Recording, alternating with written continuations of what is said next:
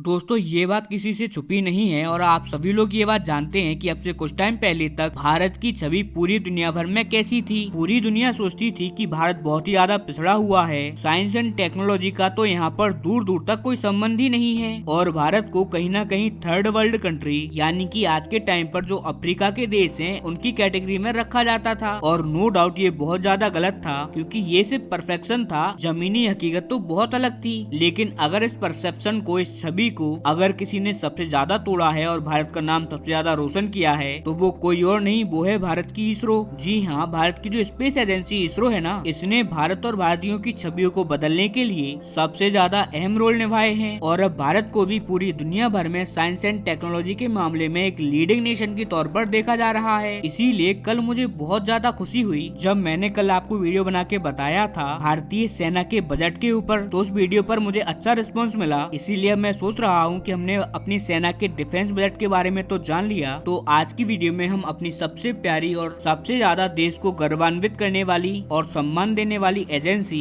इसरो के बजट के बारे में भी जान लेते हैं। क्योंकि आखिरकार कहीं ना कहीं हम अपने डिफेंस के साथ साइंस एंड टेक्नोलॉजी की वीडियो को भी लेके चलते हैं। तो आज आप निश्चिंत हो जाइए, इस वीडियो के अंदर मैं आपको डिटेल से ये बताने जा रहा हूँ कि आखिरकार इसरो को हमारे यूनियन बजट के अंदर कितना बजट मिला है और पिछले साल के कंपेयर में कितना इसमें इंक्रीमेंट हुआ है या डिक्रीमेंट हुआ है। और ये भी बताऊंगा कि आखिरकार इसमें इसरो को कितना फायदा होगा या नुकसान होगा। हम लगभग हर चीज को विस्तार से जानेंगे। लेकिन दोस्तों उससे पहले अगर किसी ने इस चैनल को सब्सक्राइब नहीं किया है तो प्लीज आपसे निवेदन है कि आप इस चैनल को सब्सक्राइब कर लें और वीडियो को लाइक और कमेंट करना ना भूलें। चलिए अब हम वीडियो को स्टार्ट करते हैं और जानते हैं कि यहाँ पर बजट किसे कितना दिया गया है। तो खैर दोस्तों, पिछले साल के कंपैरिजन में इस साल इसरो को करीबन 450 करोड़ रुपए का बजट बढ़ाकर दिया गया है, यानी कि इसरो के बजट का ठीक ठाक गेन है पिछले साल के कंपैरिजन में। दरअसल पिछले साल इसरो को 13,040 करोड़ का बजट दिया गया था और वो इस साल बढ़कर 13,415 करोड़ रुपए हो चुका है, यानी कि लगभग $1.5 मिलियन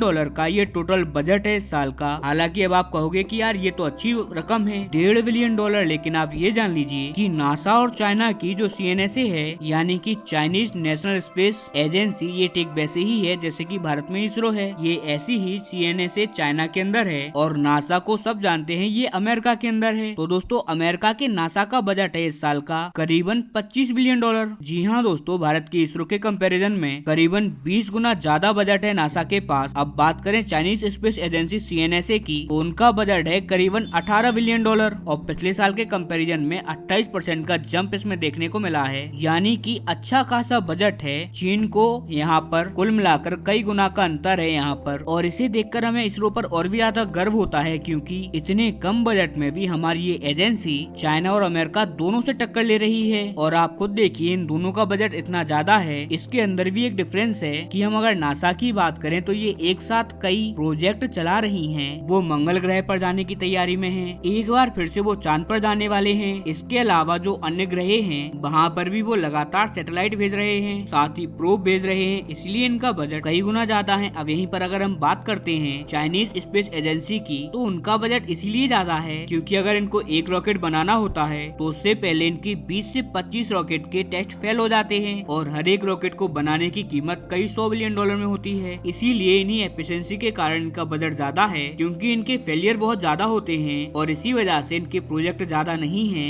मंगल ग्रह पर एक सैटेलाइट ये भेज रहे हैं, चांद पर भी हाल ही में इन्होंने एक प्रोब भेजा है। तो इनके कुल मिलाकर 4-5 ही प्रोजेक्ट हैं और इनका जो मेगा प्रोजेक्ट है वो है इन्होंने हाल में ही एक अपना खुद का स्पेस स्टेशन बनाया है। हालांकि ये बात अलग है कि ये साइज में बहुत छोटा है, लेकिन इसके अलावा इनका कोई भी यहाँ पर बड़ा प्रोजेक्ट नहीं है और इसी वजह से भारत की इसरो यहाँ पर इनसे बेटर है और इनसे करीबन 10 से 12 गुना कम बजट होने के बावजूद इन्हें लगभग हर एक मामले में पछाड़ भी रही है। लेकिन इसके बाद मैं आपसे कहूंगा कि हमें यहाँ पर अपने इसरो का बजट कम से कम $5 बिलियन तो लेके जाना ही होगा। ये $1.5 बिलियन तो बहुत ज्यादा कम है, लेकिन इसके बावजूद हमारी एजेंसी किसी तरीके से इसमें काम चला रही है। अब यहाँ पर बहुत सारे लोगों का सोचना ये भी होगा कि यार इसरो को इतना पैसा भी क्यों ही देना, इतनी जरूरत नहीं है हमें देने की, इससे अच्छा होगा कि हम अपने देश की गरीबी दूर करें, अस्पताल बनाएं, स्कूल बनाएं। तो दोस्तों जो लोग ये बात सोचते हैं मैं उनको बता दूं कि अगर हम इसरो को ₹1 देते हैं तो वो हमने कम से कम ₹2.5 कमा कर देती है। इसीलिए जो लोग ऐसा सोचते हैं तो आप लोग ऐसा सोचना बंद कर दीजिए और आप सभी लोग जेन्युइन तरीके से कमेंट करके बताएं कि आपके अकॉर्डिंग इसरो का बजट कितना होना चाहिए, मिनिमम और मैक्सिमम।